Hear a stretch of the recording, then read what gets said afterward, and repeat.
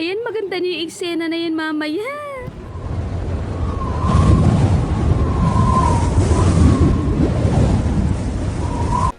Ayun na, sinasabi ko magagalit na si Marimar dyan Ano ba? Napapaliw ka na ba?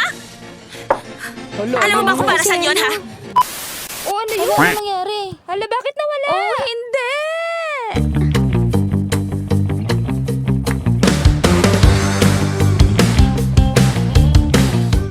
Hi! Ako nga pala si Ate Kat. Kung ikaw ay batang 80s or 90s, makaka-relate ka sa video natin ngayon. Dati, pag gusto mong makapanood ng malinaw na palabas, kailangan mong magkabit ng antena. Naalala ko noon, kilig na kilig pa ako sa pinapanood ko, tapos biglang sumama ang panahon, nagkaroon ng malakas na kulog at pagkidlat sa labas.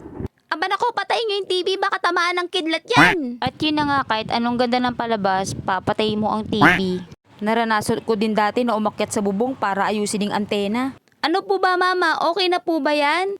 Ipaling mo sa kabila anak, sa bandang kaliwa. Ang init dito.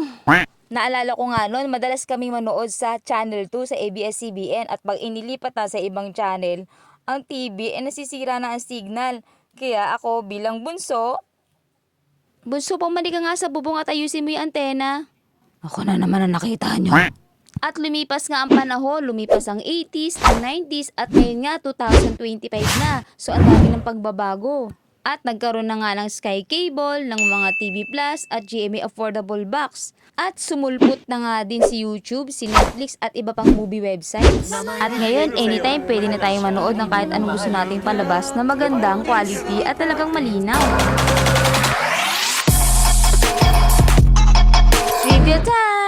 Alam nyo ba noong 1886 may isang taon nagngangalang Heinrich Hertz ang nakadiskubre at nakaimbento ng antena? At dahil sa imbensyon niya napatunayan na ang electromagnetic theory ni James Clerk Maxwell ay totoo.